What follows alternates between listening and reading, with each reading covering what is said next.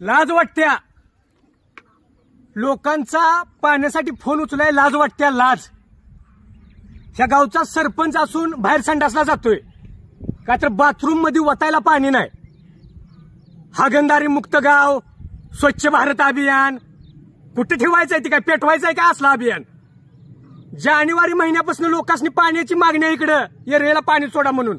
जानेवारीत पत्र दिलतं, जानेवारी गेला, फेब्रुवारी गेला, मार्च गेला, एप्रिल गेला, मे चालला, 4 दिवसात पाणी एरा नदीला म्हणून सांगतात। 1 दिवस आड लोकांनी पाणी सोडतोय, ते पण 5 आणि 10 मिनिटं। लोकांचा पाण्यासाठी फोन आला तर फोन उचलाय सुद्धा लाज वाटत्या। आज तर स्वयंपाकाला सुद्धा पाणी नाही, आज सण आहे। किती वेळा प्रशासनाला सांगायचं, किती वेळा त्यांना फोन करायचा? इकडं 10 किलोमीटर वर कॅनॉलनं रस्त्यावर पाणी आहे, खाली इकडं पाणी आहे। पाणी नाही फक्त येरळा काठावरच्या गावांनाच, राजापूरला पाणी नाही, ढवळीला नाही, तुर्चीला नाही, निमणीला नाही, बेंद्रीला नाही, शिरगाव कवठ्याला पाणी नाही अजिबात। काय केलं येरळा काठच्या गावांनी? लोकसभेचं मतदान झालं, आता आमची गरज नाही तुम्हाला, असंच आम्ही समजलं पाहिजे। किती वेळा मागायचं त्यांना, किती वेळा विनंती करायची?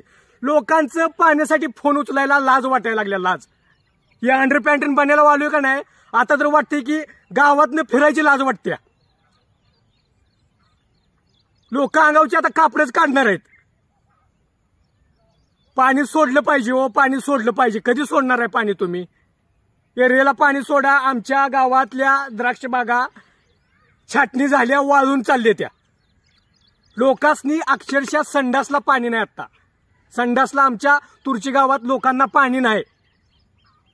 विनंती करतोय मी, मुख्यमंत्री महोदय एकनाथ शिंदे साहेब, उपमुख्यमंत्री अजितदादा, देवेंद्र फडणवीस साहेब, मी आता तुम्हालाच विनंती करतो की तुम्हाला हात जोडून विनंती करतो की तुम्ही प्रशासनाला सूचना द्या आणि येरळा नदीला लवकरात लवकर पाणी सोडा, लवकरात लवकर पाणी सोडा। ही आता मी तुम्हालाच विनंती करतोय। तुर्चीगावचा सरपंच विकास डावरे, धन्यवाद।